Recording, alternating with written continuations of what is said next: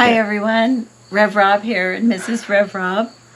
We had the distinct pleasure to sit and dialogue with Dr. Lori Mize and her amazing husband, Joseph Mize, recently. And the purpose of that conversation was to get some more information from them, get a feel for how they've processed through their walk in life, and to talk with them in more detail about their Revealed Image Ministry. You know, it was really amazing to me when Lane introduced us to Lori. There was something there. You know, it was just a connection that was there, even though it was just a few minutes. Hello, and nice to meet you. It was one of those moments where you have a feeling you're going to know this person for a while, like for who knows, forever. And then you reached out, I think, to them and asked if Lori, and you asked Lori directly, would they be willing to have an interview with us so we could talk a little bit about their ministry and about what they mean by this thing called Revealed Image. That's right. And so it was pretty amazing. And as we sat with them, what became really obvious was that we needed to get some of the backdrop for them. They're a couple who met in high school.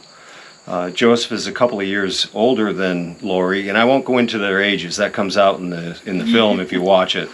But Joseph is a couple of years older, and they talk about the unique nature of their relationship. And I think that backdrop's really important to listen to, even though it's a span of time. It's really important to listen to, and it's kind of interesting. It's hilarious, too, parts. well, I cut the funny parts out. Oh, you did? Yeah. Well, most of them, anyway. But I think the backdrop is really important.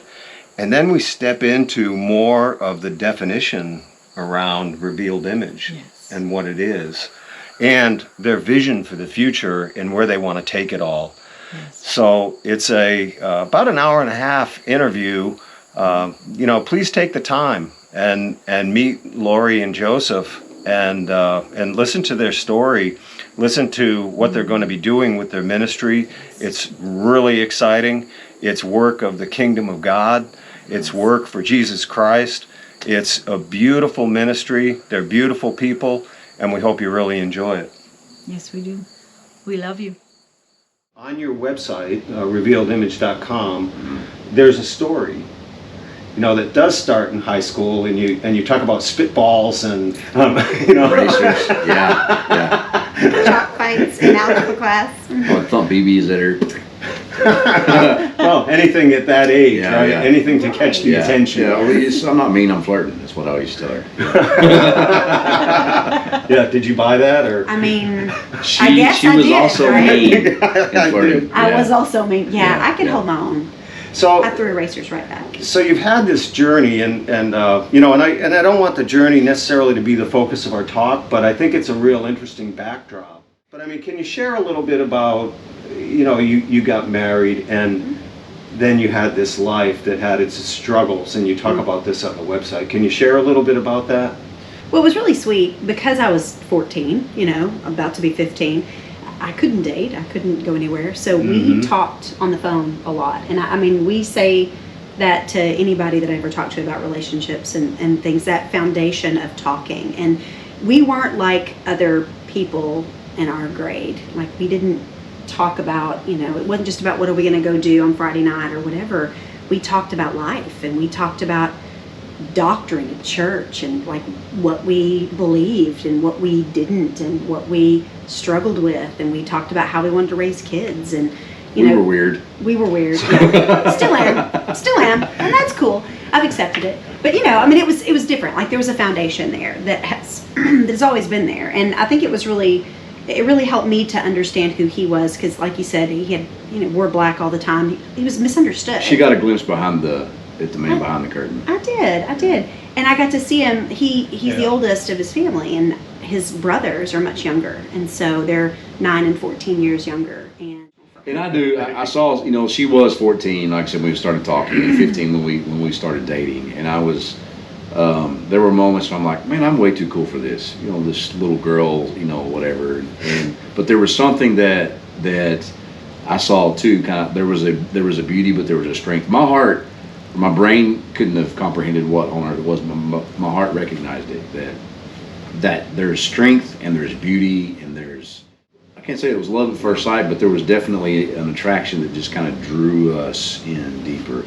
And it was solidified, like she had mentioned and brought up, and we do try to communicate that every relationship needs to start out with conversation. Not just doing stuff, having fun, and it's all kind of transactional, but that's where you get into the depths. It's, you know, the revealing process it's a journey, right? And so that's kind of where the journey and the process, and that's what God was up to then, looking back on now, was the beginning of this journey and this process that he was going to invite us into. Well, and he really appreciated, you know, like, I've known I wanted to be a physical therapist since I was in the 5th grade. I had my stuff together. I had goals, and it was like, you need to be the valedictorian? Okay, I'll do that. And so I did that. And I think that was some of the strength that he saw and needed. And it was really, I mean, we've actually been talking a lot about this because we just had our 25th wedding anniversary. So kind of the depths of where we are in our marriage now and how grateful we are for that, and how, you know, I've always been a strong woman. He's always been a strong man. And what he said about we need that strength for each other is so true, because, you know, I'm independent and I can do things on my own and I can accomplish whatever. However, I also need to be able to be vulnerable, and I need to be able to lean in and depend as well. And there's just a beautiful connection there. I think that he has always upheld and appreciated my strength and my contributions to an equal level, and has also provided a safe place for backing whenever I need to, you know, kind of lay some of that down, and always in the midst, you know, guiding me toward the Father. So it's been a journey, and I'm grateful for the depths that we have, even in the midst of trials and things that have been difficult. You know, it's such a gift that we know that many don't have, and I'm blessed and fortunate. The journey has been hard, you know, especially since we had our oldest son at a young age, and man,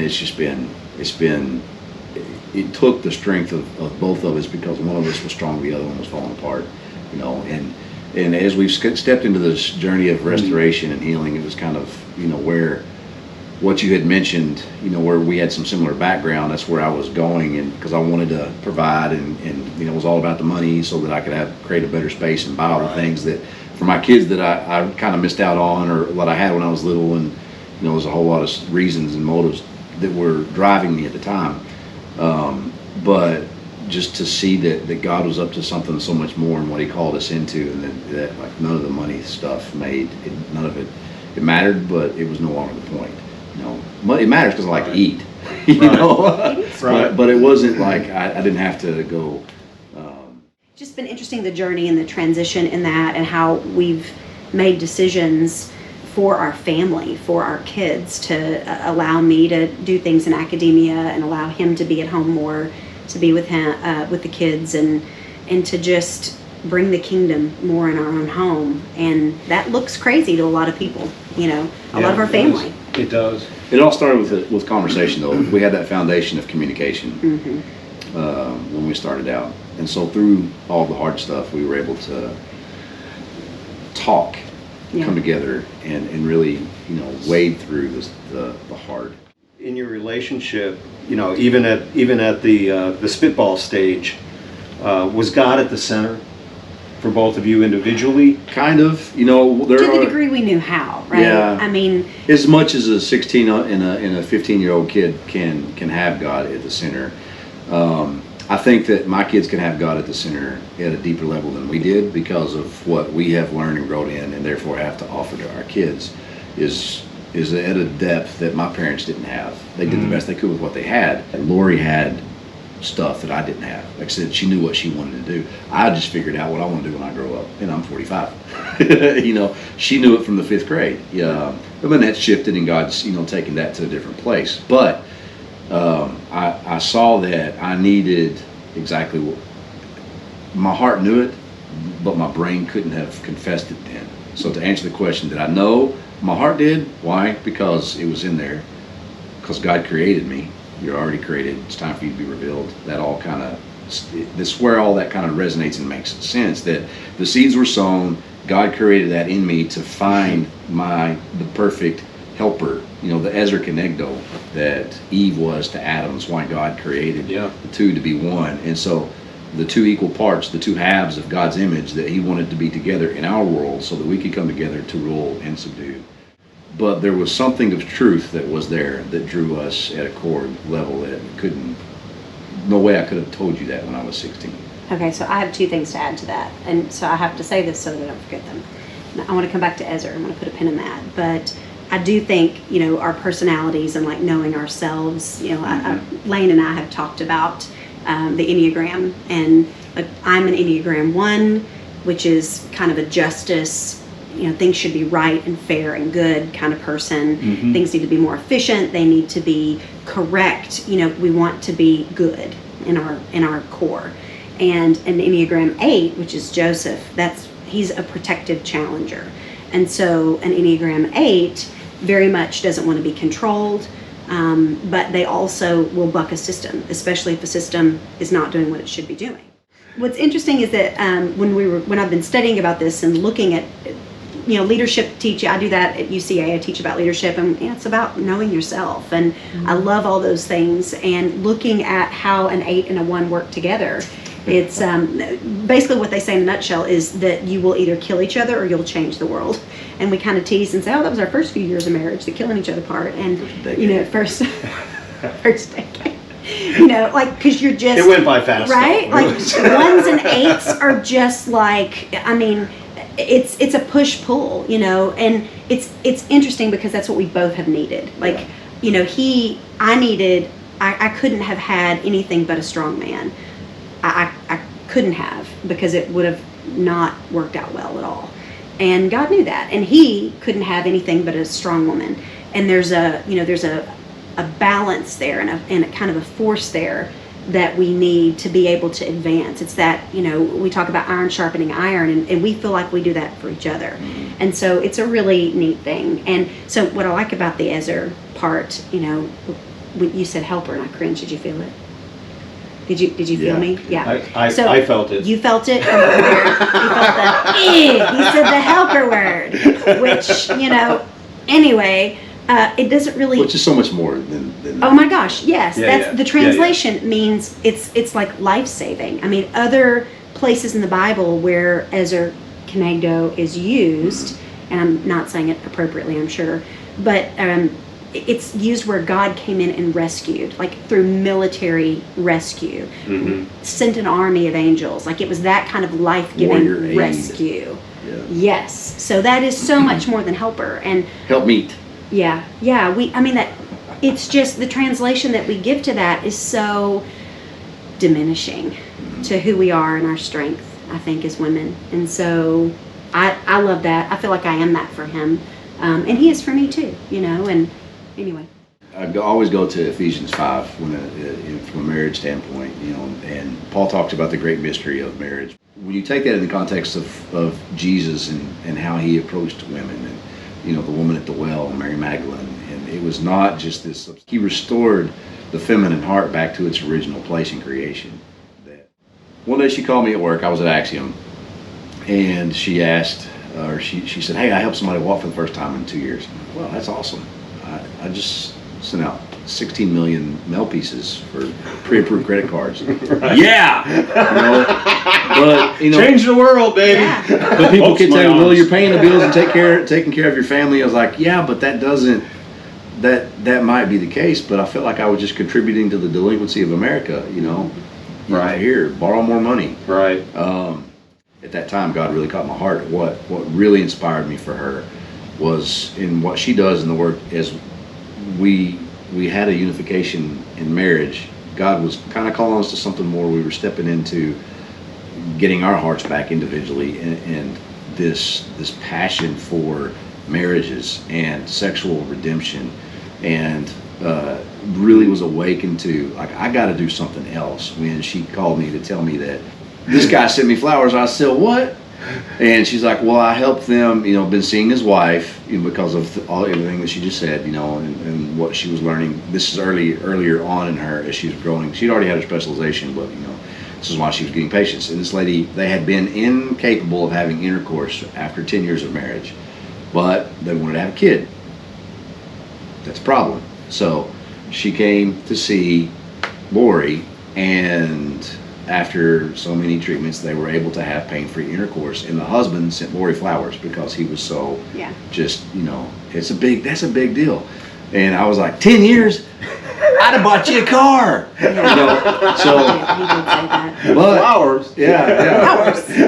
Flowers. So I was really excited. I was proud of her, but that's what it's when she told me that it's like this kind of explosion in my chest in a good way. Not anger because some guy bought my wife flowers, but just joy that, man, there's something that's big, that's fulfilling, that's huge, that's like I couldn't put words to it then. It just looked like when I was in high school, couldn't put words to where we were at and what God was up to, but like that was kingdom work, and what I was doing was not. And then a couple of years after that, she saw that same patient again because she was having pain with pregnancy, back pain, whatever. So like that, Kind of neat.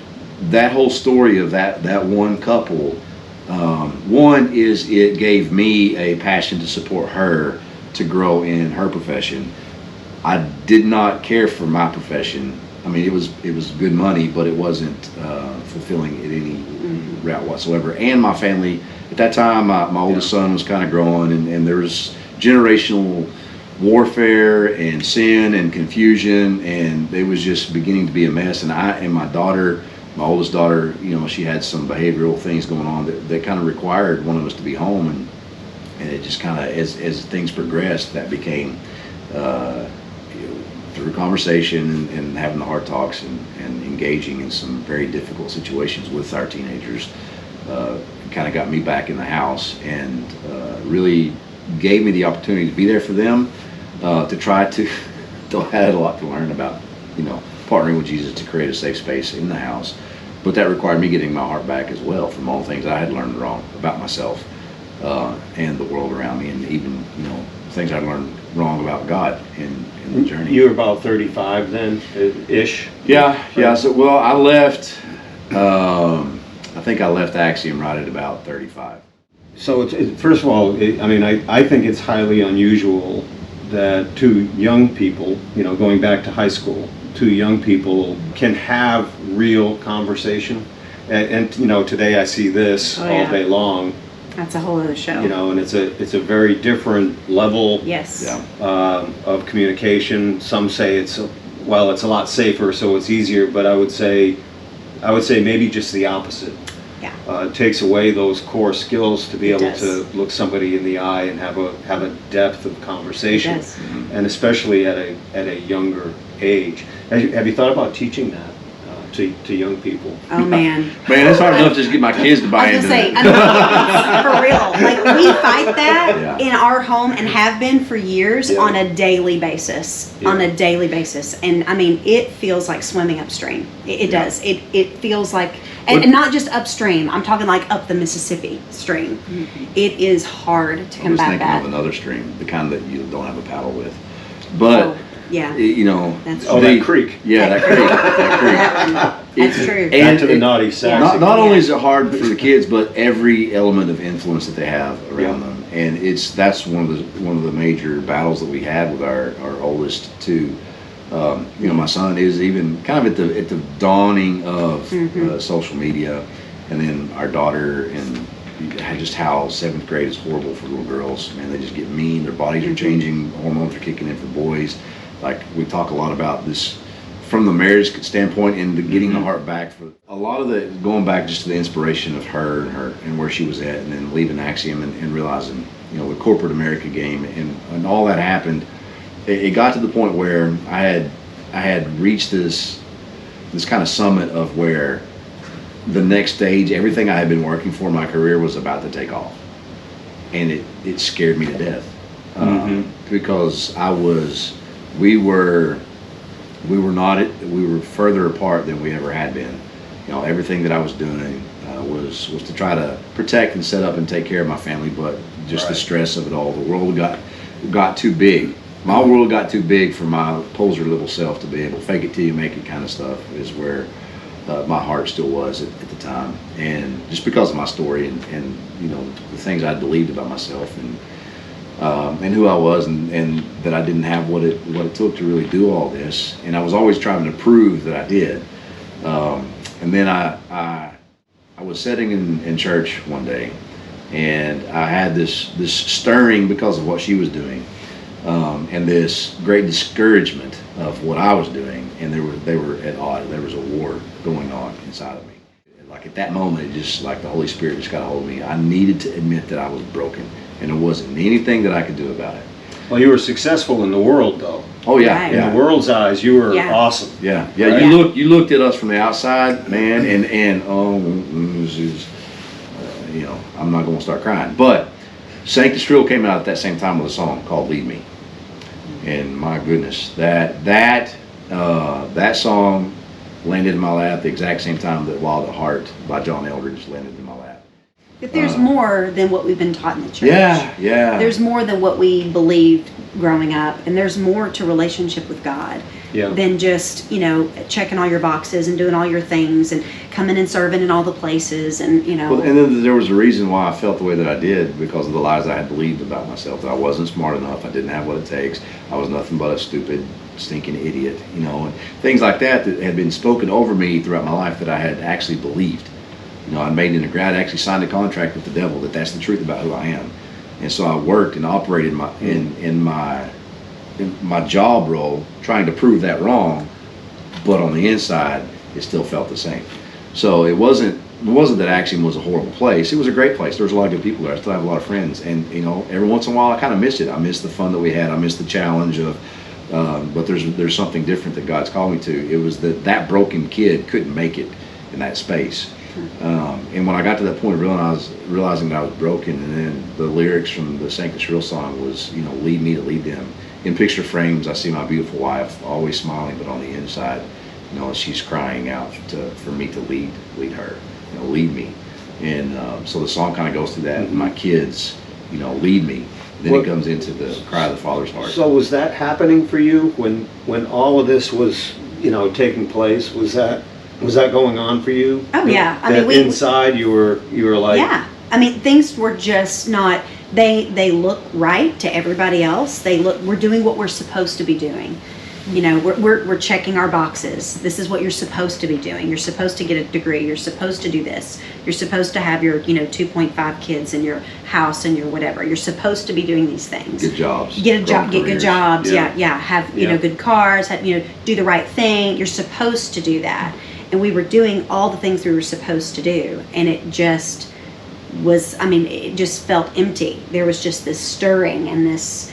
You know, and it wasn't just that we were struggling with our youngest, or at the time our oldest daughter, and there was a lot of behavioral things as he was talking about, but it was more than that. It was something wasn't right, and you know, it gave, because of what we were struggling with, it wasn't right within us. It gave the challenges that we had of trying to raise a teenage son in the dawning of social media, and a daughter that had some behavioral stuff, because our hearts weren't really deeply rooted. We weren't standing on the firm foundation. The truest thing about us is that we're God's beloved children. That wasn't the truest thing about us at that point in time. Though it was, we didn't believe it. And because of that, then that gave the enemy lots of chances and opportunity to make it like we were swimming up that creek, you know. Yeah. And I mean, we always say that I tried to pull leadership out of him, you know, for the first 13 years of our marriage, which wasn't my job to do that. You know, God needed to do that in him. But, you know, there for a long time, it was like I was trying to pull something out of him, and I saw more in him, and it just wasn't there. And so, because I didn't believe that it was true. Yeah. And she saw it, but I didn't. Right. And then, you know, whenever that happened at church, and he got a hold of the book Wild at Heart, and he went out to Colorado and went to one of their events that they have out there, their men's events or boot camps, and it was really healing for him. that was a mechanism for him to encounter God in a different way and experience God. And we were never raised to experience God. You know, I mean, it's like the way that you experience God is you read your Bible and you sing. And those are great things to do, So of read course. your Bible and pray every day. Yes, right? Yeah. But I mean, Sing it, baby. yeah. But and those are wonderful. But it's like no, It's not wrong. Right, it's not wrong. But But there's there's, so much more, more. And you can it is a piece experience of the Him. puzzle, Yes. right? Those pieces are important. Absolutely, But that's not it. 100%. Right. It's Right, not the okay. only, right? It's like we just It put was God in this little transactional. box Yeah. of doing the things that you're supposed to do, and you know. So I think this whole obligation message of all of these things. I mean, I was just All the shoulds and all the all oughts. of that. Yeah. I've really been rebelling against that for years now, I would say, and it's because of that. Like you miss what that real relationship really is, and when you encounter God, you can't undo that. You can't go back in a box anymore once that's happened, and Right. and I saw that happen in him, right. and the transition was, you know. Oh, it made her mad. Oh man, well, because I was like, excuse me, you know, who the heck do you think you are coming in here Leapfrogging me. telling me what we're doing about whatever, and, you know, mister? And, you know, he has all these promises of things, and, you Oh know. yeah. So John Elders, he said, do not go home and tell your wife how you're going to be this amazing person now. And I was like, yeah, she'll get it. So I wrote her a letter, told her exactly how amazing I was going to be.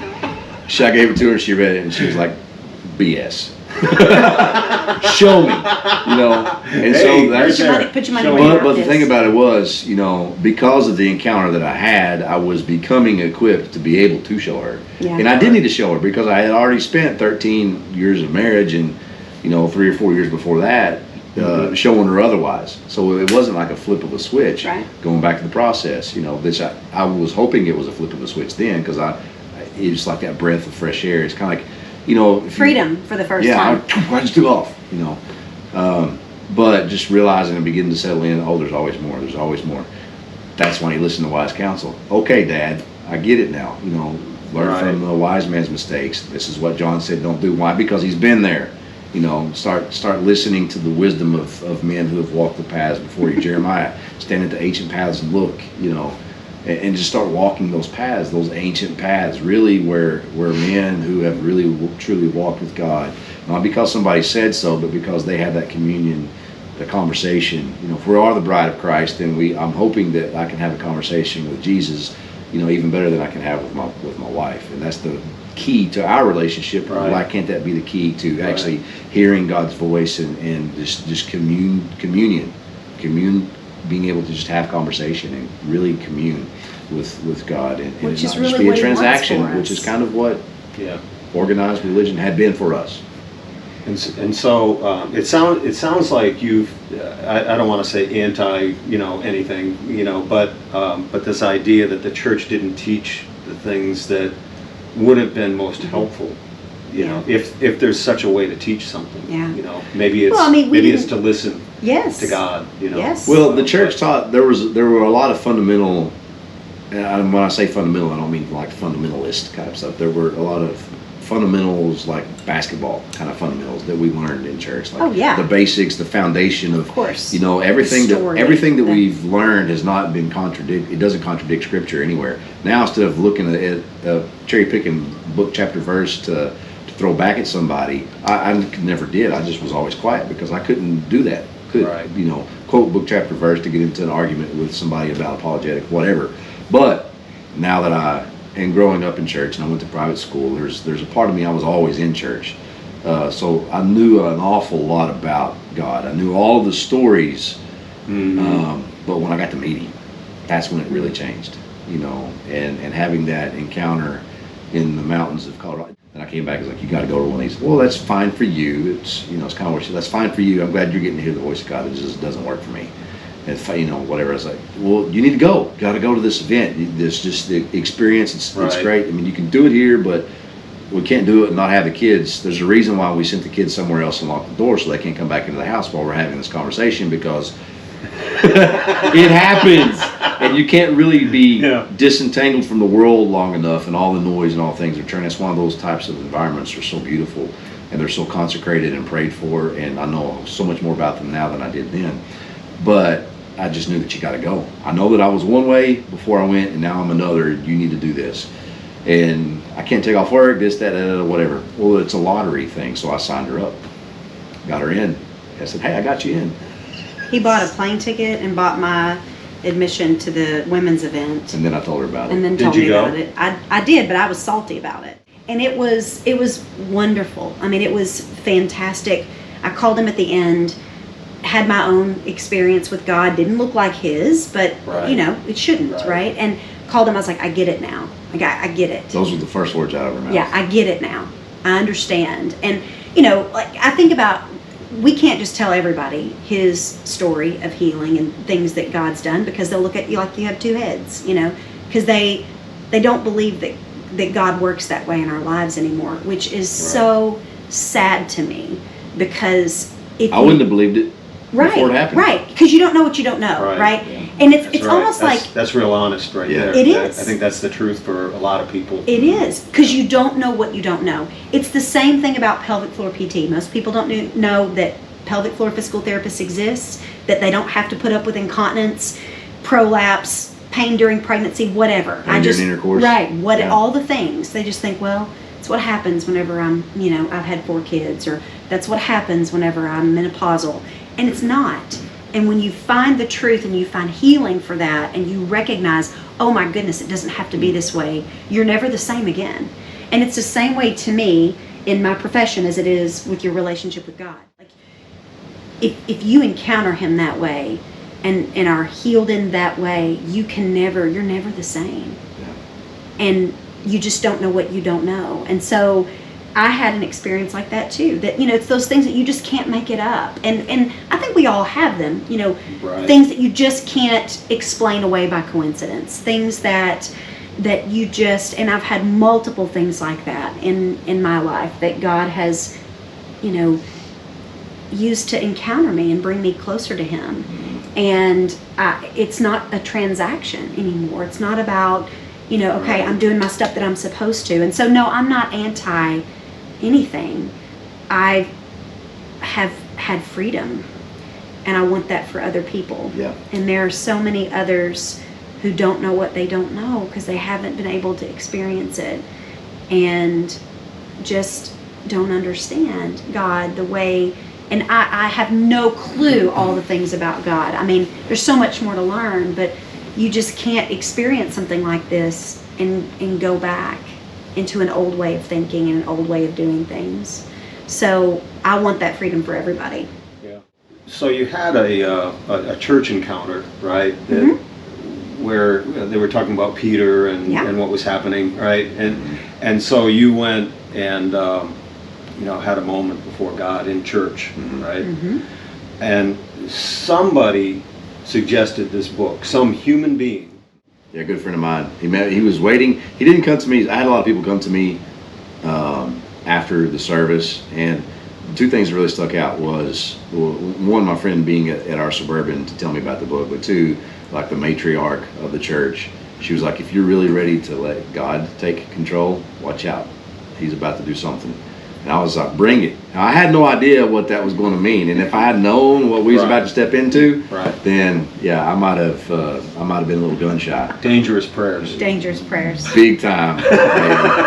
Big time. I wouldn't trade it for anything, you know. Right. But if you look at the picture of me then, none of this great. There wasn't a stitch of it then.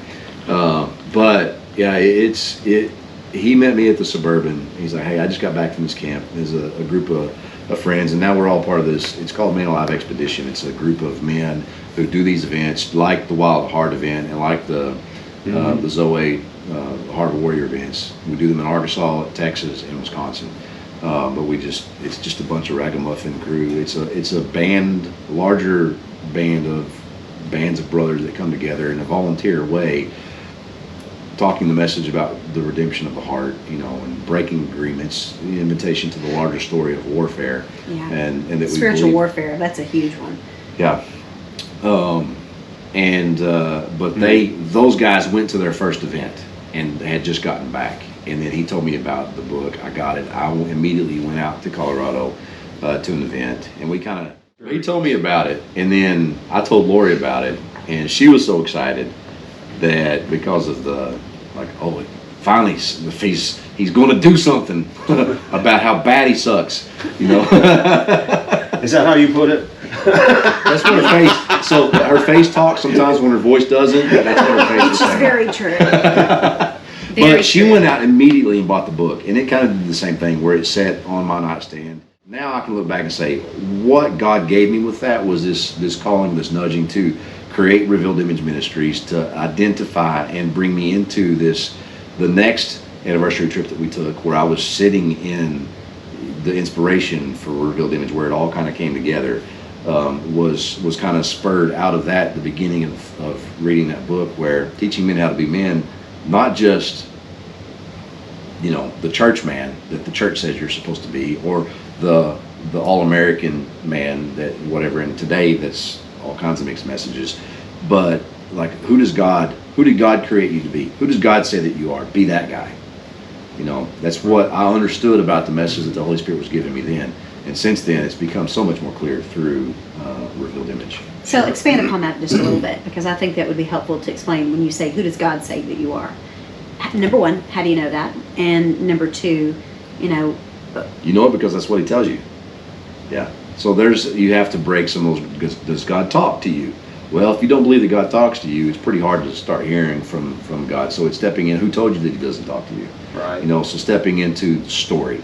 And that's where, again, more of the Revealed Image stuff, more of understanding trauma, understanding where we get stuck, because of the things that we believe, the traumatic things that happen to us, what we believe about ourselves. And so that's just the whole journey. It's the whole process of revealing that has to happen. There's revealing, there's restoration, there's healing, there's training, there's revealing. It's all kind of this, it's a dance with the Lord on going back into our story, finding healing, unlearning what we learned wrong, learning what God intended for us to learn the first time, having an opportunity to grow up in the kingdom this go around. Like we missed it the first time. Like I had experiences when I was young that I learned wrong from, and everything coincidentally that I learned from that point on was off of a false understanding of things. So to undo that, begin to learn again.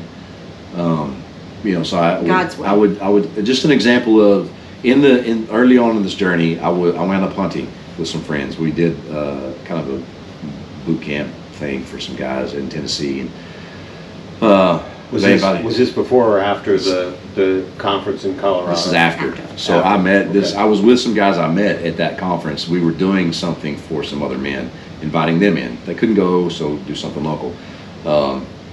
We had a video resource taking them through some of the material, and the most beautiful thing about it, it's a good message, but the most beautiful thing about it is the time away from the world and the opportunities to encounter God. The time alone that you get with God during those, that's the most beautiful thing about any of these events.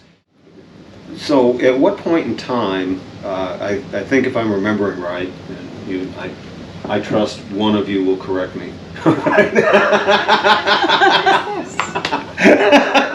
It's the one.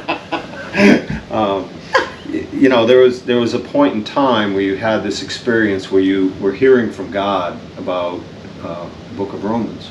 And you were hearing about, in particular, 8:19, I believe it is. 18 and 19, yes. Okay. So when did that happen for you in this whole time frame? When did that happen? And then share the verse, if you will. So it was 2000. It was about a year and a half, 2 years after kind of diving into this. We had a friend who was dying of breast cancer. The weekend that she went into ICU, this is like the week that she passed.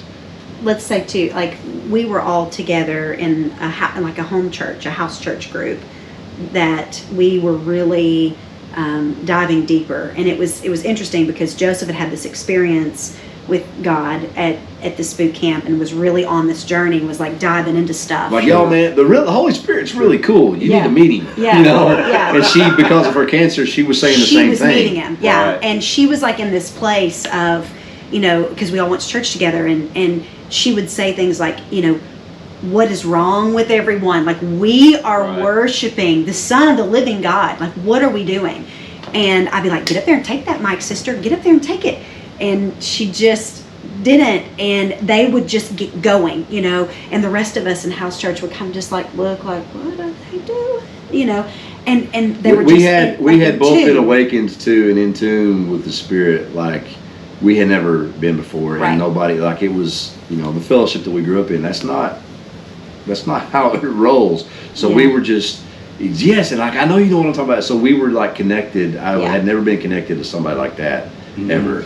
And therefore, we were more connected with her family Yeah. and all of that. So whenever he was actually taking a few guys up to our farm on the mountain, and they have a cabin up there, and was taking several guys through this message, and that was the weekend that she went in to ICU and never came out of the hospital. And so, the family was gathering. So everybody went to the hospital that weekend, but I was gone. And everybody's like, where's Joseph? He's doing this thing, men's ministry. So I get back. Well, that weekend is where I'm there, and I'm walking through the woods and I'm praying. I have no idea that she's in the hospital yet. Just praying, God, make me, I had a taste of something different. I didn't understand all of it. I still don't understand completely. I'm growing and learning, daily. Sure. But no way I could even comprehend what was happening in my life at that point in time. And I just started praying, God, make me a better servant, make me a better Christian. I want to be a better father. I want to be a better husband. Make me. And as I'm walking and praying, this is one of our time alone with God moments that we set up. I just hear very clearly, stop asking to be made. You're already created. It's time for you to be revealed. Man, I hit my knees. And there's the spirit box again. I hit my knees and just wept with the power of what that was. It's like, please do that. Reveal me. How, who you've created, reveal me. I just remember saying that over and over and over. And when I got there that weekend, or after that weekend, I got home, hospital, I showed up. They all knew I was gone. How was your weekend? I told them about that, what I heard. And then, So we're all gathered in the waiting room. wow, that's really cool. So I took my Bible. I also had a dream that I needed to kind of be almost like a lasso. I just needed to kind of rein everybody in and point the eyes of their hearts to Jesus, because of if somebody here's got faith enough to pray for her to be saved, so I knew that there was a lot of going to be anger at God, and I just needed to kind of protect. So I had a vision of what that was going to look like. And before she went in, I had this vision. I was like, what does this mean? And when I show up, I'm like, okay, I get that. But it's in my Bible, and I had John 17 in my mind, in my heart. I wanted this prayer for unity, Jesus, because that's what she wanted, everybody to be unified in their faith still. Right. And that's why she was hanging on, and I knew it. But I opened up my Bible, going to John 17, because I was going to just read it and kind of prepare my heart for what do you want to speak. But the Bible fell open to Romans chapter 8. And one thing that he was really working with me on was her healing, life and spirit. Her spirit, that's what God was really more concerned about, her soul, her spirit, not her body. I got to Romans chapter 18, or Romans chapter 8, verse 18. For I consider that our present sufferings are worth nothing compared to the glory that will be revealed in us. And we were literally in the midst of suffering. And so I just paused right there. I was like, everybody stop what you're doing. Read Romans chapter 8 right now. And I was just kind of like, I just sunk down in my seat, just because of what I just read. Talking about life in the Spirit, those who have the Spirit of God, these are the sons of God and the children of God. And it was just all about life in the Spirit. And I know Romans chapter 7 pretty well. Wretched man that I am. I can't do the things that I do want to do. I find myself, I can't do what I do want to do. I do what I don't want to do. Wretched man that I am. That was me. So I knew that one pretty good. But I really wanted Romans 8, all about life in the Spirit. And being co-heirs with Christ. It was just sentence after sentence after sentence. It was just blowing me away. By the time I got to 18, I just couldn't take it. I was just kind of sunk in my seat. Well, her best friend who was there, she said, I think Romans 8:19 is your favorite chapter in the whole Bible. Favorite verse, yeah. Or your favorite verse in the whole Bible. I said, what do you mean? She said, read it. So I went back to it. For creation is waiting with eager expectation for the children of God to be revealed.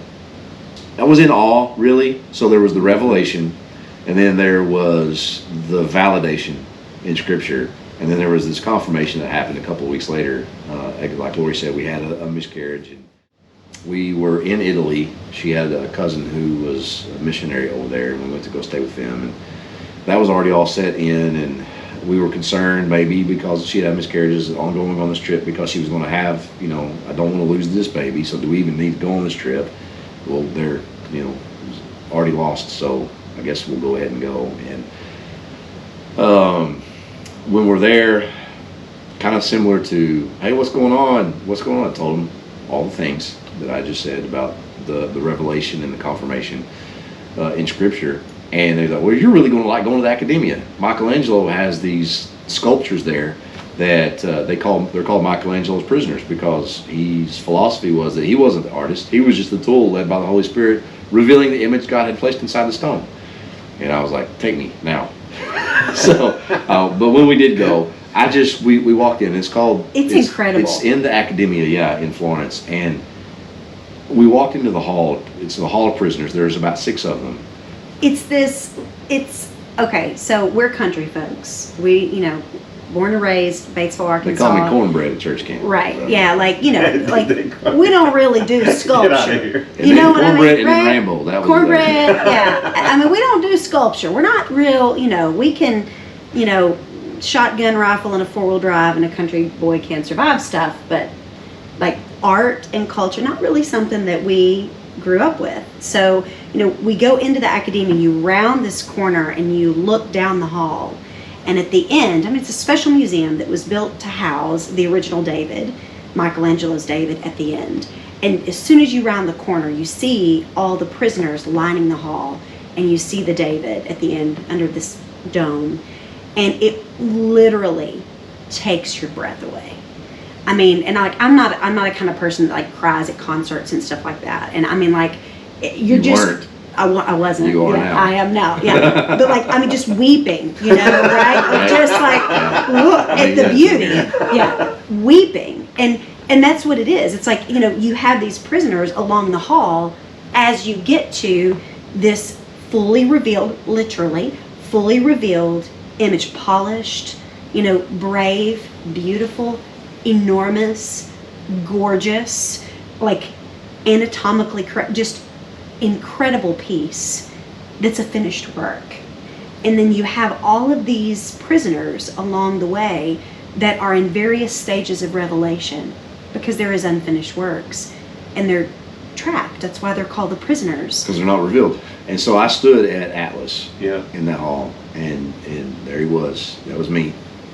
The weight of my world I was just crushing under it, and there wasn't anything I could do about it. you just stuck. And I just stood there and just looked at it, Mhm.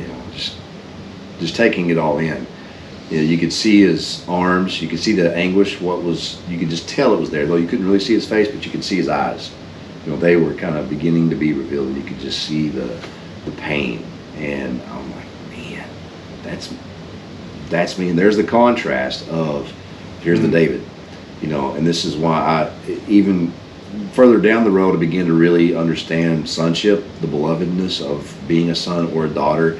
That's your true identity. That's the co-heir thing, going back into Romans 8. I think that's 14. But to really truly be that co-heir, you have to be revealed. And that's what creation is waiting for, is for us to submit to the process. God has designed and created us. Even in our mother's wombs, He knew when He needed us. He knew He chose us, knitted together in our mother's wombs.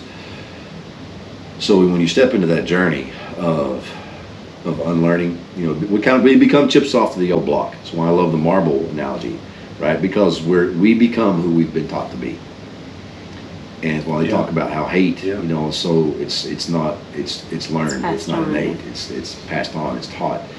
That's the same that holds true for love. It holds true for everything. And so to be able to submit to the process of being revealed as God has created us to be, this is what God was inviting me into a decade ago from my own heart. Before I wanted to go after ministry, I was ready to quit and leave. You know, at that time I did. They offered me some positions in New York or Dallas to be on site with clients and with, you know, quadruple my income.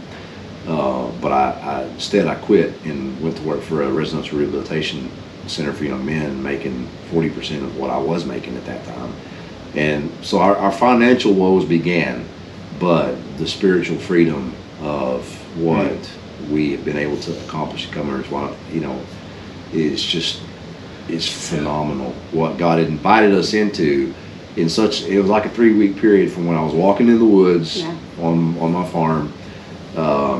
You know, it's stop asking to be made. You're already created. It's time for you to be revealed. Scripture fell right open into my lap for confirmation. Consider our present sufferings worth nothing compared to the glory that will be revealed in us. For creation waits in eager expectation, anticipation for the children of God to be revealed. And then to stand there at in the academia looking at, this is the process, this is what it looks like, this is what you're to do. And so it's just been a journey of doing that, and we've continued to learn more and grow more. And so when were you in Italy, time-wise? Was it 10 years ago? It was 10 years ago, our first. Okay. So that was the first time we'd ever been anywhere other than the United States, and we went down to Cancun. You know. It was May 2012. But we got to stand in the middle of a vineyard in Tuscany with, you know, a little Italian man named Giovanni, who spoke to us in broken English and preached about the vine and the branches right there in his vineyard with the vine and the branches, and talked about how we are grafted in Christ and told the story. And it was just the most incredible thing. They had to graft so they had a plague that came in and took out their grapes, but they had one grape that didn't produce good fruit, but it had strong good roots. So what they do is they'll take this one that produces the fruit and they graft it into the one that has strong roots. So to take that and see the fruit, literally, of it, the actual example, like you really understand standing in the middle of this vineyard why Jesus spoke in parables. So then I went back, took my best friend when I was pregnant with John David, and my cousin Melanie was pregnant at the same time. Our baby boys are a day apart. And I went back and went again and took my friend. And then we went back in May of 2017. I took a group of students and taught a class on the art of anatomical dissection. Took 30 students over with a colleague of mine from Lynchburg. And we just, you know, I would just go back every time I get the chance. Okay, so I'd like to, if we can, just kind of turn to the ministry itself, the Revealed Image Ministry, and so clearly Revealed Image, right? We were just talking about the waiting for the children of God to be revealed. So this was at the genesis of the ministry, was it? Yeah. So it was at the genesis of us getting our hearts back, really. And so that's kind of where we were. It was the great awakening of our hearts to submit to the process for what God was up to. Revealed Image, we knew that we needed to do something different. We had visions of being able to speak into marriages because of where she was in her profession and getting her heart back. And we knew that was going to happen. Revealed Image as a formalized ministry in and of itself didn't really come about until 3 or 4 years later. When we had moved to Virginia at that point. She got to the point where after that last miscarriage, like, what's going on? You know, we did some blood work, found out that she had lupus, and that's why the body was just attacking itself. So she got on some medication. I was going to have a vasectomy, had the consultation, scheduled the appointment around deer season, of course, and in the midst of that, we got our John David. So, you know, I think the medication and her body settling down. So God was up to some stuff, and then she's like, I need to get into full-time academia and out of the clinic because of the joint, you know, the way things were with her hands. And that's what led us to Virginia. And while we were there, that's when I kind of was really coming undone in my identity. I was learning some stuff, but I was still an Arkansas boy through and through. Matter of fact, when I got my license plate and moved to Virginia, I made sure it was in all caps, real big, Arkansan. You know, I had to play on words because it's not enough to fit, but there was no mistaking that boy's from Arkansas. you know, and it was. I was a little salty about having to move. You know, I wanted. If I was going to move anywhere, I wanted to move out to Colorado. I wanted to go to Virginia, whatever, God, if that's what you're up to. And he did. He said, you know, he prompted us with go sow some seeds, and so we did. And it was while we were there, God really did work. That's where I stepped into the. I mentioned, you know, earlier when we were talking about restoring that old farmhouse. That's when the process became really evident to us. Like just like looking what at the being marble. revealed really means. Being revealed is like peeling away. Like our hearts are like these old farmhouses. This thing was built in the late 1800s. I had to peel away so much old, a lot of things that were done wrong, get thrown up cheap and quick. Could just cover it up and move on. Just redoing the footprint, moving walls, moving doors, fixing the foundation, running. Still had, you know, some of the electricity had been replaced, but there was still some knob and tube stuff, and it was exposed, and mice had eaten in it. It was just a firecracker explosion waiting to happen. And but man, it was a journey, and it took some time to do that. About 2.5, almost 3 years. The ministry was really a thing for us, and the process of the farmhouse and the restoration, digging out all the old, replacing it with new, so that you can then live life in that space. It was all wrapped up into the message of what God was up to in our lives. Right. And it's not really like we set out to do ministry. I just knew that I didn't want to do what I was doing anymore, and that I only wanted more of what I was getting from God. And then it got to the point where what we had, what the Lord was bringing us into, I couldn't shut up about it. Couldn't be quiet. Could not do anything else. Yeah. And we were also at that time kind of doing some college ministry. So we had students from the program where I was teaching that would come out, and we would do dinner and devos, and this is that sowing seed part. Yeah. Sometimes, I'd be cooking for, you know, it may just be about a meal, but cooking for 30 or 40 people just to come over and hear about the Lord. And, you know, it was really neat in that time. We had a few students come to know Jesus in that, and he got to baptize one out there, which was really awesome. On Easter Sunday, you know, and it's just like, it was that encounter with those students there and growing with that. We knew that we needed to do more. We knew that we had something to offer, and God was asking us to do more. So it started out kind of as a blog space, and, you know, started writing, and I still battle with, I do a lot of different things. I wear a lot of different hats and a lot of different service to my professional organization, and I teach for my professional organization, and I have a full-time job. So it's just a lot to try to... And 150 kids. Yeah, because you have all these students, right? The cohorts at the college. Yeah. Right. And DBT program. It's just, you know, it's a lot going on. So, I could do some writing, but he started doing more of that. And then, you know, as we moved back here to Arkansas, we got the opportunity for me to come back to UCA, to an open position there.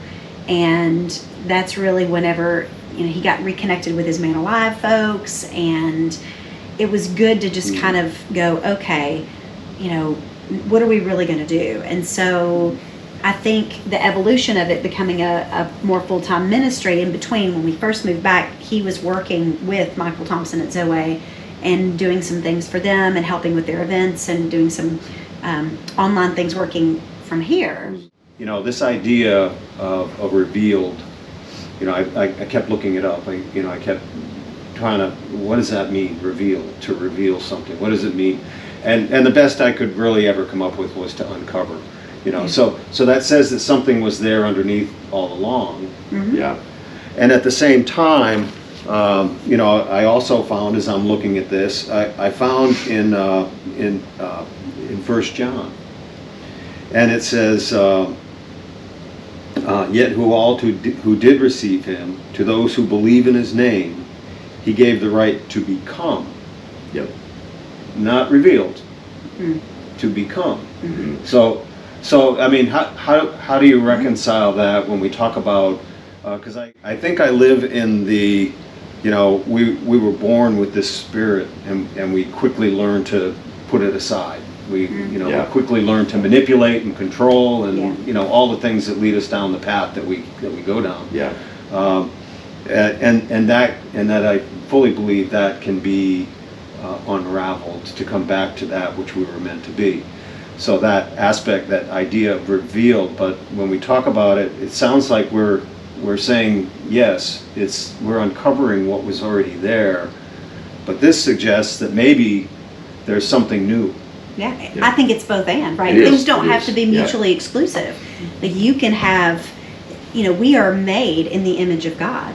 What does that mean? I mean, Right. especially when you think about humanity. Yeah. When you look at humanity and how diverse we are and how different we are, and every single person is made in the image of God. And so what that should tell us about the vast image of God, how amazing it is. And each of us have different pieces and different components of his image that are unique to us and unique to him. Mm-hmm. And so we have that innate, God-given, like Zoe talks about little glory, little g glory. It's what God has given us. It's unique to you. And there's certain things that are unique to me that are God's gifts in his image in me. And same thing for all of us. And so we have that. And that often gets what he's been referring to, with our woundings, the things that have happened to us that we couldn't control, things that we believe that were wrong. All of these things is the way that the enemy allows and uses the world to cover us where we don't know who we are, and we can't engage in the world to the same level of effectiveness as we could if we were really truly living in our identity in Christ. Mm-hmm. And so that's the be revealed part, right? That's the revelation of when we strip away all the funk that the world and the enemy has put on us to render us ineffective. And the church. And the church does Right. that too, Yeah. right? Like, because we're taught so many things that are wrong about God, and then we encounter him differently. And so all of that is, it makes us to where we can't proceed and live out and bring the kingdom here the way he wants us to in our Right. world. Right. Because, Jesus said the kingdom of heaven is at hand. It is now. And Yeah. that was back, thousands of years ago. The kingdom of heaven is now. It's not just about eternity when we get there. And so we need to be able to be who we are created to be. And that means peeling off all the funk. And it's really interesting when you think about the process of Michelangelo and the sculpting and all of that. And, I think about it as dissection. As physical therapists, we perform dissection to learn anatomy. And it's like you're peeling off layers to see what's created underneath. And sometimes, with the sculpture, it's big hammered movements. And sometimes it's just polish. And it's different parts of the journey that really reveals our unique glory that God has given us, that is our image, that's his image in us. And so the becoming, yes, I mean, we are being transformed, right, by the renewing of our minds. We are becoming. We are both and so, I think sometimes people hear us say, when we talk about the scripture that inspired our ministry, we've had some people say, well, that's not what it's talking about. You're taking that out of context. And it's like, well, hang on. I recognize that creation waits in eager expectation for the children of God to be revealed. And that's really in context talking about at the end. I mean, creation is crying out for the world, for God's creation to be what it was intended to be. But the kingdom of heaven is at hand. And there is a call now to partner with God and bring the kingdom now. Right. And creation is crying out for that. I mean, we feel it, don't we? The world is crying out. Yeah. Nature Oh, is yeah. crying It's loud. out loudly. And we need an awakening. And we need an awakening of people who know who God is, really know who he is, and who can really inspire other people, like who really have hope. How many Christians are really truly asked, please tell me the reason why you have the hope that you have. Please tell me, because I want to know why you're so different. That doesn't happen anymore. Very, very seldom does it happen, because we don't show people the love of Christ truly, and We're not living with hope. we're not living with hope, and we're not loving from the capacity Yeah. that we're able to, the way that we're created to, because of all the funk And so if we could do that, oh man. It's like the farmhouse, right? Did I restore it or did I renovate it? I didn't do any of it without Jesus. But I would often just lay there and like, what are you doing? I'm on my back. Partly because my back was Needing out. some extension. I needed some extension. You Well, I'm there. I'm also listening to the house, just kind of looking and asking Jesus, what would you do? Like, you're the carpenter, you're the craftsman. What would you do in here? And then I would have an idea of what to do. But it wasn't just restoring the house to exactly the way that it was. Therefore, it was already made. So reveal it as it was intended to be. So there's a renovation that went. I had some old stuff that was there, but the old stuff that didn't belong there and that was wrong, I took that out and put new. And then, because of the new and the old together, intertwined together as one piece, it was a fully functional, fully ready for life. You could live life out of that space to its fullest, which is exactly what Jesus said he came to do. I came that you may have life and have it abundantly. That's the abundant life of getting to. So we're all created in God's image. And if you are created in God's image, I'm not as concerned about the salvation part. For me, the salvation part is easy. That's an easy thing to do. So That's the milk. The becoming part, that's easy. It's the growing up. It's the disciple. What it is, the being revealed, the revealed image, whole thing. What it is, it's a discipleship ministry to grow up in the kingdom, to really become a mature son or daughter. As I was stepping into studying, what does this mean? Asking all these questions and diving deeper into Scripture. The two words used for children most often in the New Testament are huios and teknon. The children of, like those who have the Spirit of God, these are the children of God. That's like that teknon in the original Greek. But in verse 19, where it's used, waiting for the children of God to be revealed, it's huios, which means a fully mature son, like an adopted. My son is 9, John David. He's my beloved son, and he's that teknon, little children, little child, like offspring who bears the likeness of, is what teknon means. Huios is what creation is wanting for us to become mature, to grow up, to become. It is becoming that fully mature son, like our fully oldest. mature daughter, like my son is becoming. I'm proud of who he's becoming, who he's being revealed to the world as. So it's not. I don't look at it like she was saying. It's this or that. It's when you look at again the story of Jesus from Genesis to Revelation, and what is he up to? Oh, there's this thing that we've missed, and it's just this process of growing up is what it is. It's a process of growing up in the kingdom with God as our Father and unlearning all of the things that we've learned wrong, learning them right from Him. That's the revealing process. What Jesus said about the gospel. When we talk about the gospel, we think it's about salvation, and not that that's not important, but that's not what He said the gospel was. The gospel is about the kingdom. It's the good news of the kingdom. The good news of the kingdom. That's right. And the kingdom of heaven is at hand. And what does that really mean? What do we do with that? What do we?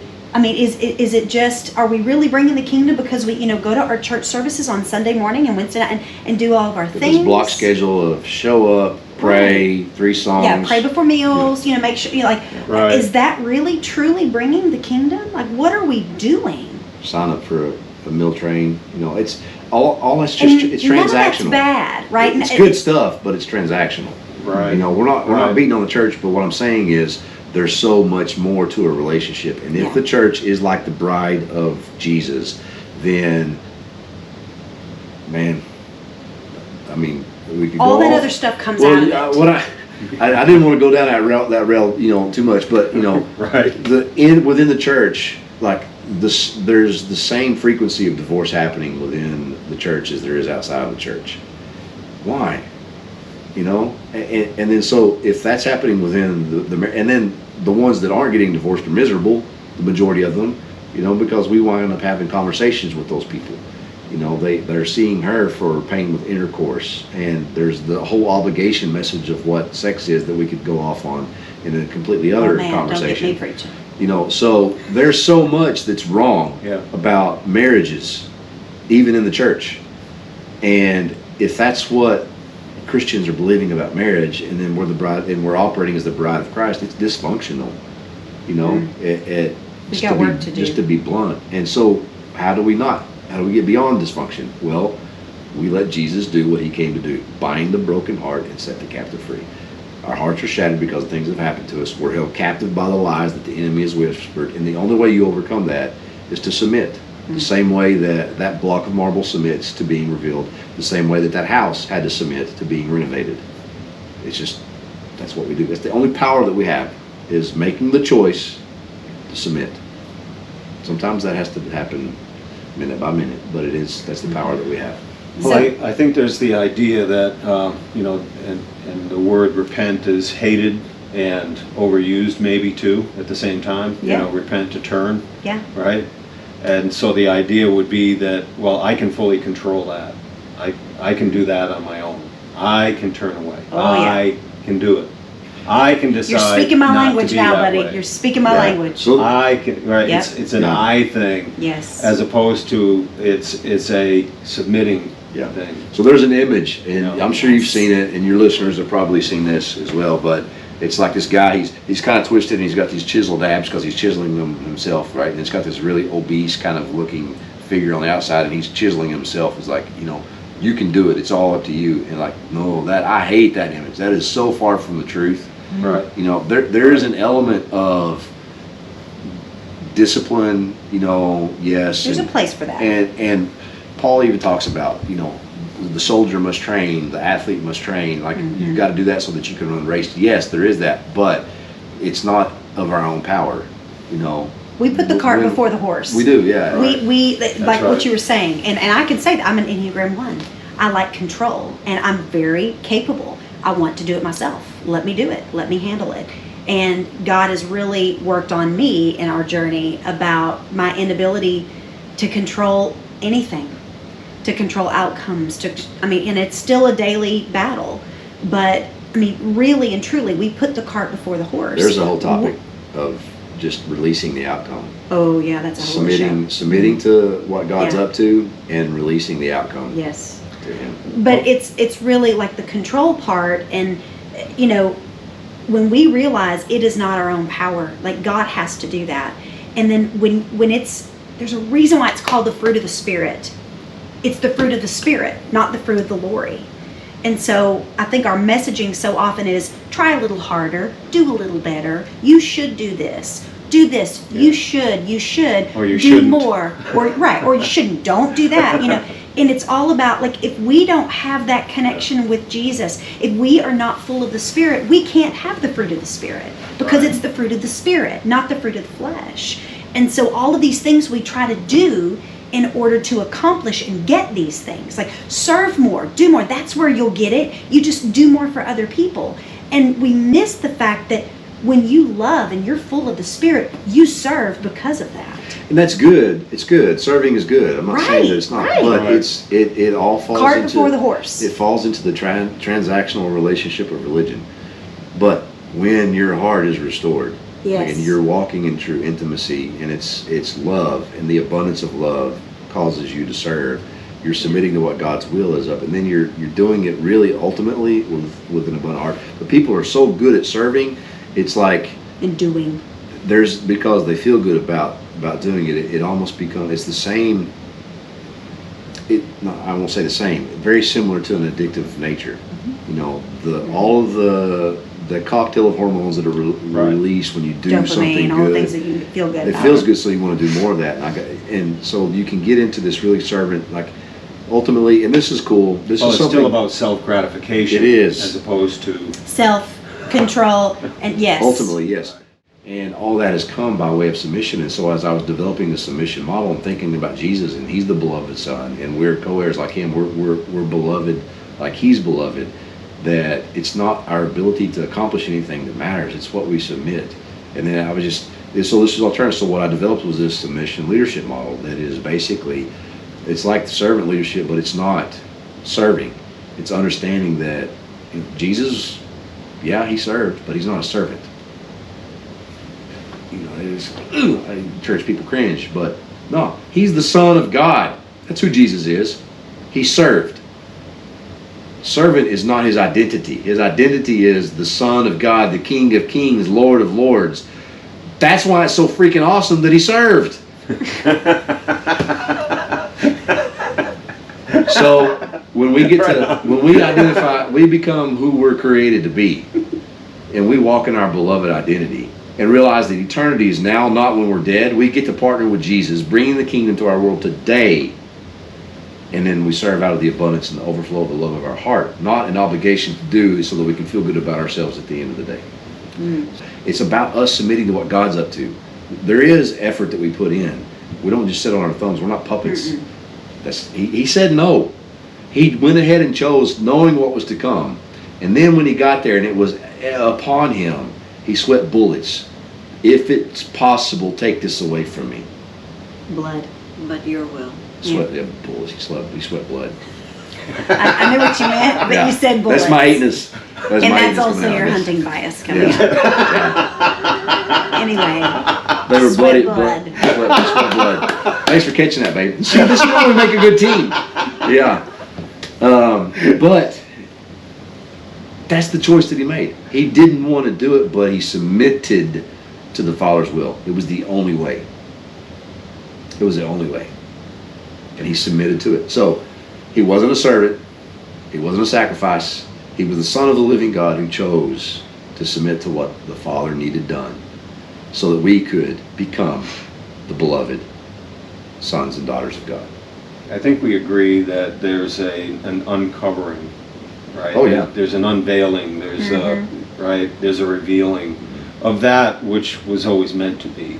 You know, it's just going to be revealed, and you will become, right? Yes. So we agree to that. Let me say it this way. What that verse is really saying is that creation cannot wait for the mature sons and daughters to be known.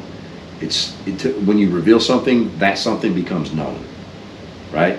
So if I give you a gift, you don't know what's in it. I've given you a gift, you know that something's there, but until you open the gift, you don't know what it is, right? Or Well, I'm a good guesser. Or even know its function, right? Okay. Yeah, but the way that she wraps stuff, you wouldn't figure it out. But what I'm saying is, it's to be known. And we define that as intimacy too, as knowing and being known. It's the shared things, and that's what when you wrap it all up into the intimacy. Going back to John 17, that I wanted to bring out when my friend was in ICU. It's the intimacy. It's may they know me, like we know them. May they be in us, I and you and me and them and us. Like that's kind of that oneness, that unity.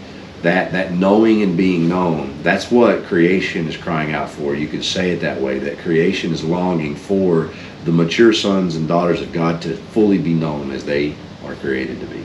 And always knowing that He is coming and making all things new as well. So I don't know if it's possible, okay, but is there like a 30-second version of, so you've talked a number of times, you've used the word process. Yeah. What is the process? What is the process? It starts with, if you're going to get a 30-second version, you're going I'll to give you get that from I'll give me. you 3 letters. You're gonna I'll give you three letters. I submit, therefore I am. Maybe it's 4, and it's not letters, it's words. But I submit, therefore I am. It's the process of submission. When you submit, It starts with your choice. Yeah. Okay, I'll follow you. I'll do it. I'll give it up. I will. I know who you are. Here I am. And then and that process looks completely different for you than it does for me, than it does for him. It's different for everybody. It is a journey. And, it's so much more than just, bow your eyes and, raise your hand. I mean, it's so much more than that. It's so much more, but it starts with your decision of, this is where I'm going. I'm with you, God. Lay down your I love to use the example of Damascus steel as well. Damascus Just steel, the process, and before the Age of Alloys, it was the strongest steel because why? The process. It was a longer process. It took time in the fire, beating, hammering, cool, beat, hammer, cool, fold, beat, hammer, cool. It was the process that made it what it was, and so that's what the process is. It's us submitting to, and Jesus, and folks. In Jesus' time, if we can begin to understand too, we'll do teaching around the process, because we don't understand. I mean, we're I don't care how I want it now, society. It's right in front of us. We have our watches are smarter than we are, for heaven's sakes. So we stand in front of, elders said this, I cracked up. We stand in front of the microwave and want it to hurry up. When they're used to have to build a fire to cook your food. So it's the process. When you understand the process, artisanship, craftsmanship. That's what Jesus was. He was a craftsman, not just a carpenter, but he was a craftsman. And there's a process to anything. Building a house is a process.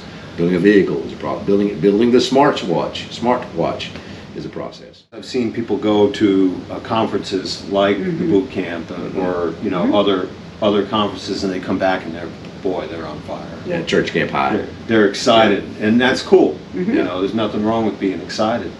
And then as the days wear on, life folds back into, even though my choice had been made, my mind was made up. Yeah.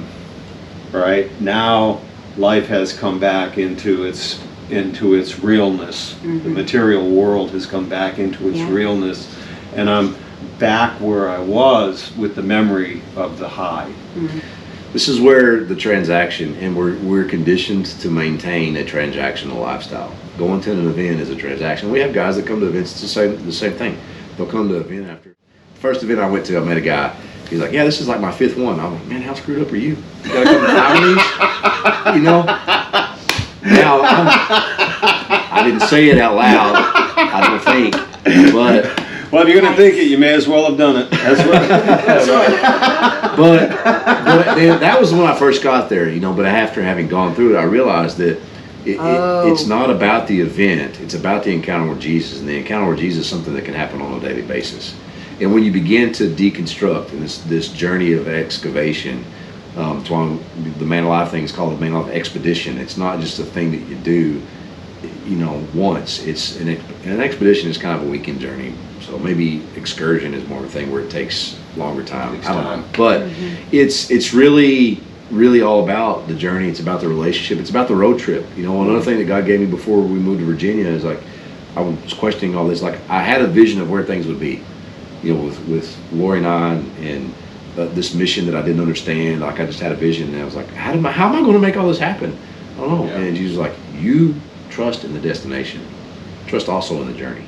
About the process, I could try to explain it away every day, but unless I invite them into, which is why we want to create environments and experiences for people to understand and see what the process is. This is why, in teaching, actual subject matter examples where you physically see somebody, there's those examples when you actually see to an experience where you can touch, smell, feel, and teach in the environments like Jesus did.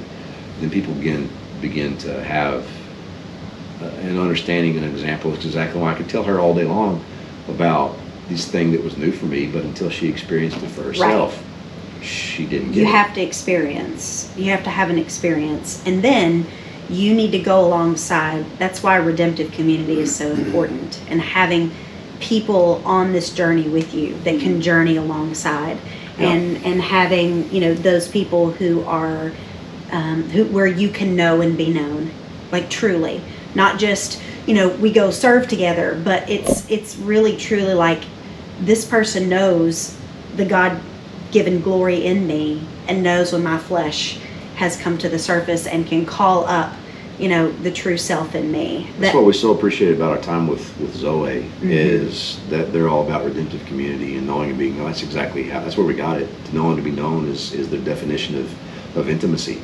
And to be able to have a redemptive community where you can know somebody and feel safe about them, that they're okay with allowing yourself to be known. And then it's messy and it's ugly, and you got to believe the best about the person, and until you got to know their story too. And knowing their story, and it's diving deeper into that. It doesn't happen overnight. Nothing like that. Diamonds. There's another example. If you want just a quick, everybody knows what a diamond is and knows the process of what it is to become a diamond. Right. That's kind of sort of it, but not the same. But so let me nutshell it. Do that. Make a choice. Yeah. Right? Be intentional. Be intentional. You need to experience God. Know what that's like to start to hear from God. And in all the ways that God speaks to us. There's so many ways. And start to listen to that and really dive into that work, that identity work. Who am I? Who am I? And that's the key, diving into identity work. The difference between coming away from an event and it being like a church camp high and it's gone. It's like, oh, I learned some new things. I'm motivated, but there's not a change that leads to sustaining. And this is where the whole submission leadership stuff comes into play. When you walk away from an experience like that and you know that the truest thing about you is that you're God's beloved son or beloved daughter. So that's what we go for, is to, in those events, the hope is that, and nothing brings me greater joy than to see a man or a woman experience their belovedness, and to know for the first time in their life that the truest thing about them is that they're God's beloved son. Like the joy on their face, nothing brings me greater joy than seeing my own kids be born. You know, that's how profound and powerful it is for me. Yeah. But when you can do the identity work, or you submit to whatever God is up to in the work that He's doing to bring about the dismissal of, the doing away with, the death of your old identity, and begin to embrace and receive who you are created to be, who God has, who you are to Him, His beloved. And then on that journey, That gives you the full, the fuel and the foundation that sustains between the events. You know, and then or others that are between the coming encounters. alongside you, Yeah. that you're doing life together, that you're doing that, and you're on that same journey, you know, with that same intent of diving deeper with God together. What would you say about that moment when it transitions from I'm willing to go inside and go very deep, and I'm willing to learn, and I'm willing to grow, and I'm willing to understand, and I'm willing to be close to God, but out there, I don't know. It's the same. It's like to get to your point about what do you do when you step in. There's always more training. There's always more to learn, and you just have to be able to submit to the process. You have to let things work out. And to come back to what you were asking, like, what does it mean whenever you are needing to now go back in to the world and apply really like your healing and the work that you've done? That's what we say. That's when he says growing up in the kingdom again.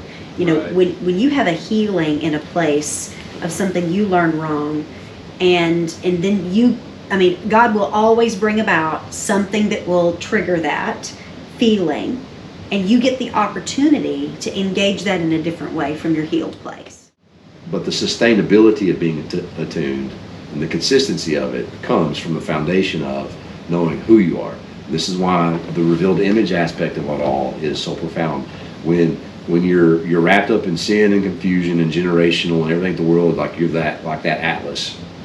You know, the weight of the world is crushing in, and you're so confined by it all, there's nothing you can do. But to operate from your identity as the beloved son or the daughter, you're like David at the end of that hallway, who's standing there fully revealed. He knows who he is, he knows where he is, and he knows the good that God is up to in his life.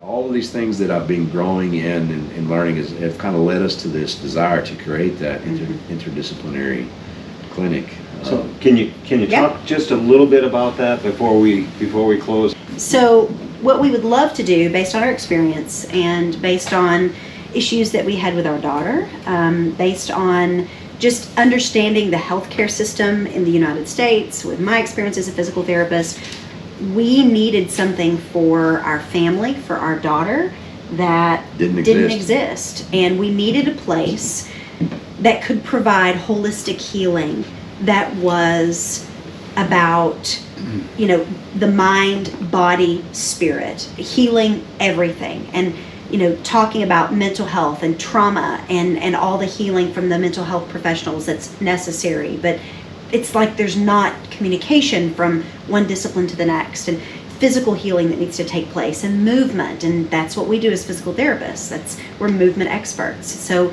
movement and yoga movements and different things like that, financial counsel and dietitians and massage therapists, and the physical aspect of that, to have nurse practitioners, to have people who can look at the entire person And then also to bring in the spiritual aspect of what's going on with this person. You know, do they need deliverance? Do they need healing prayer? What do they need as far as their relationship with God?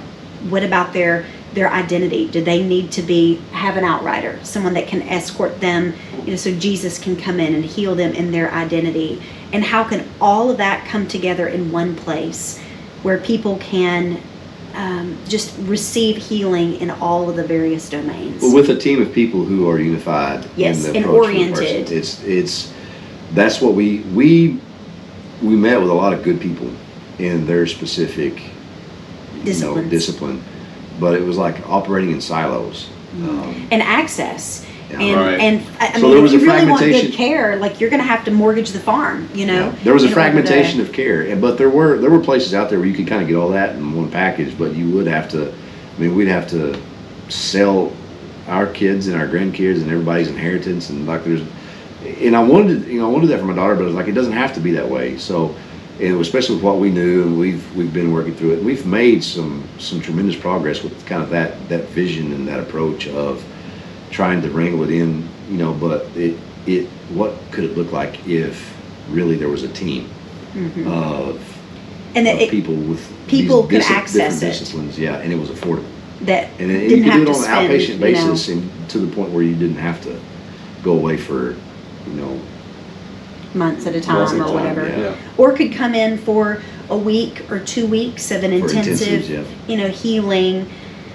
So that's really kind of what's on our heart. I mean, we still are going to be blogging. We're still going to be doing, you know, marriage events. We're still going to be putting together content. We want to put together some content for Redeemed Sex and really That's what we're actively working on unpackage. at the moment. That's the current project. But our vision is to have this healing center that is complete healing for mind, body, and spirit, and to do that in a way that people who don't typically have that kind of quality of care because they don't have the resources can access it, and have fully oriented people all on the same page, you know, coordinating together and have the same goal in mind for the patient. So that's really What does it look like? You know, is it here? Is it virtual? Is it? So getting back to the process, I don't know yet. Yeah. You know, Okay. we're still dreaming. We've had some. we're in talks. We're Yeah. forming relationships. We have, you know, some friends that are in various, you know, areas of practice that would be all for this. And it's really just about, okay, how can we find the team? How can we come together, and how can we find the funding to help us do this? That's really kind of. Which is part of why so again, going back to process, and things take time, and anything that we do, we want to be building blocks for what's next. But this is a book written by me, and it's called Remembering Me. Oh, wow. That's awesome. And it comes down to a journey, my journey, which is very personal, but it's my journey of the revealing that you talk about. Oh, I love that. Journey to the true self. This is a process, Yeah. which is in the Bible, called the Beatitudes. Yeah. And so it's a step-by-step journey. Is there anything else that you'd want people to know? My greatest desire for people is for them to not only know, but to feel. The truest thing about them is that they are God's beloved. And do whatever it takes. If you don't feel it, then keep searching until because once you feel it, once you taste it, you know that that's true. There's no mistaking it. Yeah. It's like once you taste the real, you can't go back to the fake. Like I'm not going back in the box. I'm not going. There are no other labels. That's why it's so important that the foundation of the beloved son, the foundation of the beloved daughter, above all else, seek that. You know, to know that that's the truest thing about who you are. And then from that, that's why I don't. Churches can get all worked up that I wouldn't focus on salvation or this or that or you know. I'm not worried about that. When you focus on who God created you to be, that comes with relationship, and the relationship's going to come with the decision, and that's going to come with salvation, and then you're going to come with this desire for more, and you're actually going to. If I can force somebody into saying the prayer, they're going to be stuck with prayer and their trauma. I don't want them to have that. Right. One can sense there's a third person on the couch. There's two people, but there's a third. There's another. Yes. And and I know that each of you have that, but also I appreciate you saying that. That is our hope and that is our desire, is to only operate and live in that space, is that trinity of marriage. I think that's tremendous power. You talked earlier about doing it together. I mean, even though you're continuing in a career and you're continuing down the ministry path, right, and farm and fishing. Captain Dad. Captain Dad. And Captain Dad. Yeah. So you've kind of worked that out together, but it's clear that it's for a common purpose. Yeah. That those things are happening, yes, but it's for that common purpose, and it's so powerful. And no man It is can put so That's right. powerful. Clearly, whatever you two decide you're going to do, it's going to happen. Okay, clearly. Whatever God Now- decides they're going to do in their Now, willingness. I pray that's with God. Yes. And as you continue to grow and learn too. Yeah. And thank you both a ton Yeah. for this. Well, thanks for talking. I know it's a lot of time, and I appreciate that. I know you live busy lives. We don't have it all figured out. We're still We're still learning.